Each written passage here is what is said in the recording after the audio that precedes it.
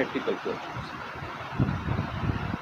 Suppose A starts business with cash is 5,000 on 1st April,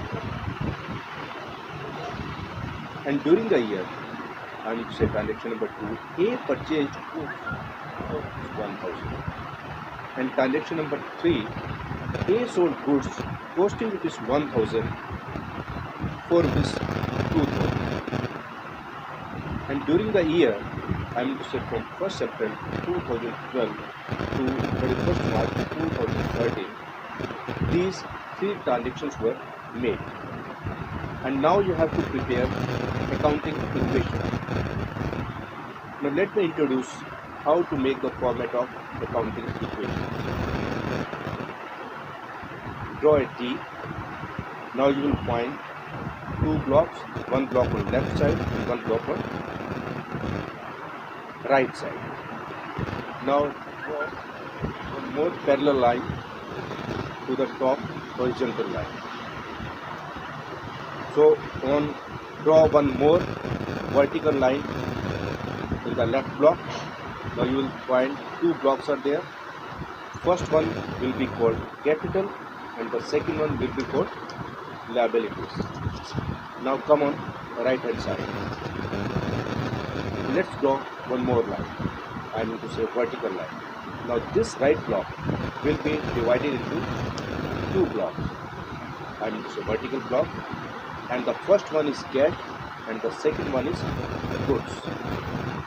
So first transaction is A starts business with cash rupees 5,000.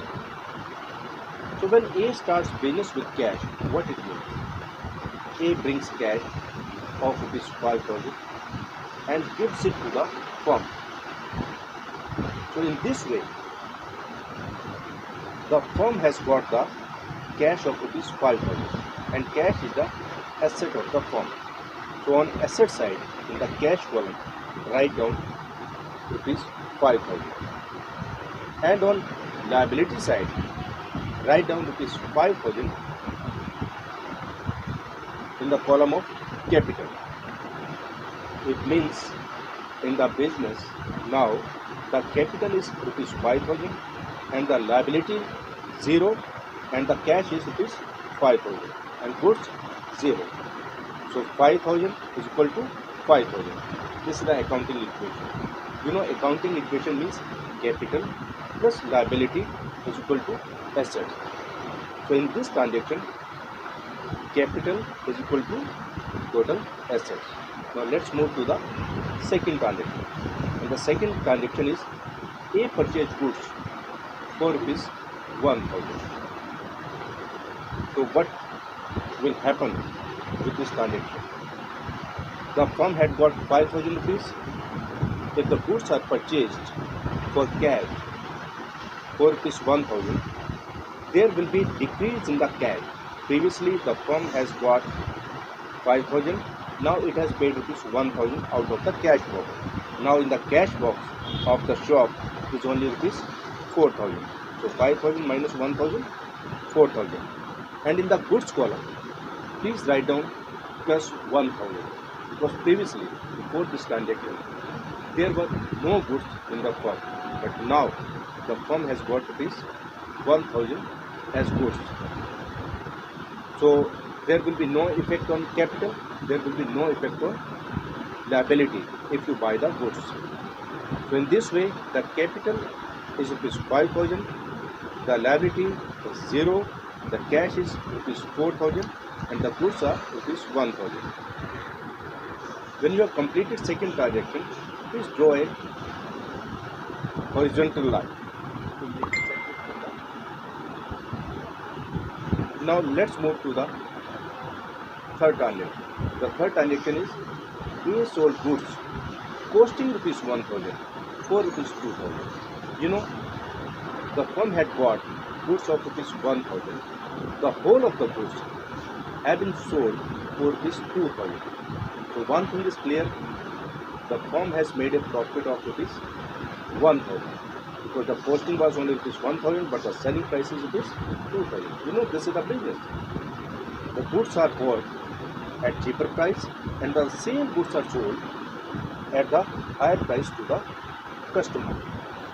So this firm has done the same thing. So what will happen if the goods are sold at profit? Capital 5,000 plus 1,000 is equal to 6,000. So draw a horizontal line for this transaction. So 5,000 plus 1,000 is equal to 6,000. Liability 0, no effect. But in the cash column, I mean to say on asset side, on right hand side, previously the cash was 4,000. Now the firm has got rupees 2,000 cash because the firm has sold goods for rupees 2,000. So previously the cash was 4,000. So now the firm has got rupees 6,000 as cash in the cash box of the shop. And goods, previously it was 1,000, now it has gone out. So 1,000 minus 1,000, that's nil. It means at this moment the firm has no goods and it is 0 now. So what is the new equation now? Capital 6,000 plus liability 0 is equal to assets in the form of cash 6,000, in the form of goods 0. So 6,000 is equal to 6,000. In this situation, one thing more I would like to bring in your notice, that there is never ever change in the capital. I mean to say there will be no increase, no decrease, except if there is fresh capital, then there will be increase in the capital. I mean to say if the owner brings some more cash or asset to the business or to his shop, whatever it is, then it will be called fresh capital and the capital will be increased. Or if there is any profit, it means if the firm makes any profit in any form, that will be added to the capital. Recently you have seen in the question that the goods costing rupees 1,000 were sold for rupees 2,000. In this way, the firm made a profit of rupees 1,000 and we increased the capital by rupees 1,000. So capital is increased only due to two situations. Either it should be fresh capital or it should be profit. In the same way, the capital can be decreased, can be reduced only due to two situations. Either there should be some loss or there should be some drawings. Drawings means when the owner takes out any cash or any asset of the firm for his personal use. That is called drawings. One thing more,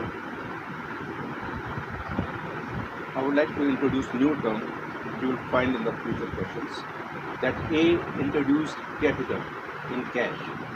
What it means? It means A brought his cash from his home and gave it to the shop or his firm, and he has put the cash in the box of the firm. When he introduces the capital, means when he brings cash from his home to the firm, and after that, that cash, it doesn't belong to the owner anymore. This is the concept of the accountancy, and that concept is called separate entity concept. Means the firm has got separate entity and the owner has got separate entity. When A starts business and introduces as capital, it means A, the owner, brings cash from his home and gives it to the firm, and the firm keeps the cash in the cash box. Then this cash belongs to the firm, not the owner. And I was recently using the word transaction. Means any event, any incident, any give and take in the firm is called transaction if it has got any money value. For example, A is not well today and he is not able to go to the shop. Naturally, there will be a loss for the shop because the shop will remain closed for the whole day. This is the incident, but you cannot calculate the exact money value. So this transaction or this incident or this event will not be called transaction. Now let me introduce the meaning of drawings again. Means money withdrawn from the business for personal use, that's called drawing. For example, you are running a bookshop and the name of the bookshop is Classic Bookshop. And today in the evening, when you close your shop, you want to go to celebrate the evening somewhere with your friends, and you take 5,000 rupees from your cash box and go out. This 5,000 has been taken by you, I mean to say by the owner from the shop for personal use. This 5,000 rupees will be called drawings.